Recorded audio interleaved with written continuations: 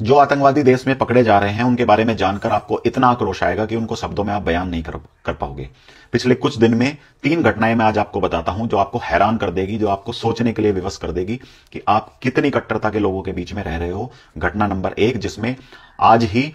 हरियाणा के फरीदाबाद में हरियाणा पुलिस और जेएनके के सर्च ऑपरेशन में, ज्वाइंट सर्च ऑपरेशन में 2 डॉक्टर पकड़े गए हैं, जिनका नाम है डॉक्टर आदिल और डॉक्टर मुजम्मिल। डॉक्टर आदिल अनंतनाग के सरकारी मेडिकल कॉलेज में एमबीबीएस डॉक्टर था और डॉक्टर मुजम्मिल एक यूनिवर्सिटी में पढ़ाता था। इनके पास मिला है 360 किलोग्राम आरडीएक्स, 2 AK-56 और इसके अलावा 60 से अधिक कारतूस और 2900 किलोग्राम की सामग्री आईईडी बनाने के लिए जो प्रयोग होनी थी। 360 किलोग्राम आरडीएक्स मतलब पुलवामा में सिर्फ 80 किलोग्राम आरडीएक्स यूज हुआ था। तो दिल्ली या उसके आसपास को क्या करने की इनकी तैयारी थी आप वो जान सकते हैं। और हां, प्रोफेशन से डॉक्टर है, पढ़े लिखे हैं, सरकारी डॉक्टर है, लाखों रुपए की आमदनी थी, ना कोई बेरोजगार है ना कोई गरीब है।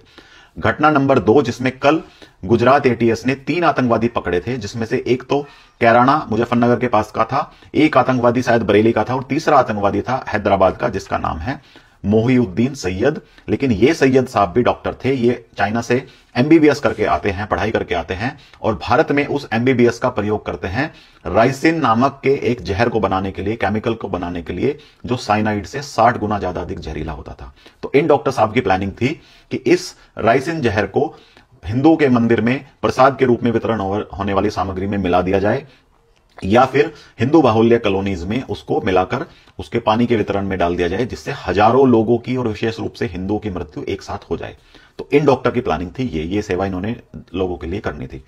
तीसरी एक घटना पिछले हफ्ते की है, जिसमें पुणे में एक सॉफ्टवेयर इंजीनियर मोहम्मद जुबैर पकड़ा गया था, जिसका पैकेज था 25 लाख और उसको सुरक्षा एजेंसियों ने पकड़ा अलकायदा आईएसएस से संबंधों के कारण, जो वहां पर पुणे में आसपास में लोकल आतंकवादी हायर करने की एक पूरी मुहिम चलाए हुए था, कट्टरता फैला रहा था और उसका प्लानिंग था वही बॉम्ब ब्लास्ट करने की। तो 3 घटनाएं मैंने बताई, जिसमें डॉक्टर है, जिसमें इंजीनियर है, जिसमें प्रोफेसर है, ना कोई अशिक्षित है, ना कोई गरीब है, ना कोई कम पढ़ा लिखा है, सब के सब उच्च शिक्षा धारण किए हुए हाई इनकम वाले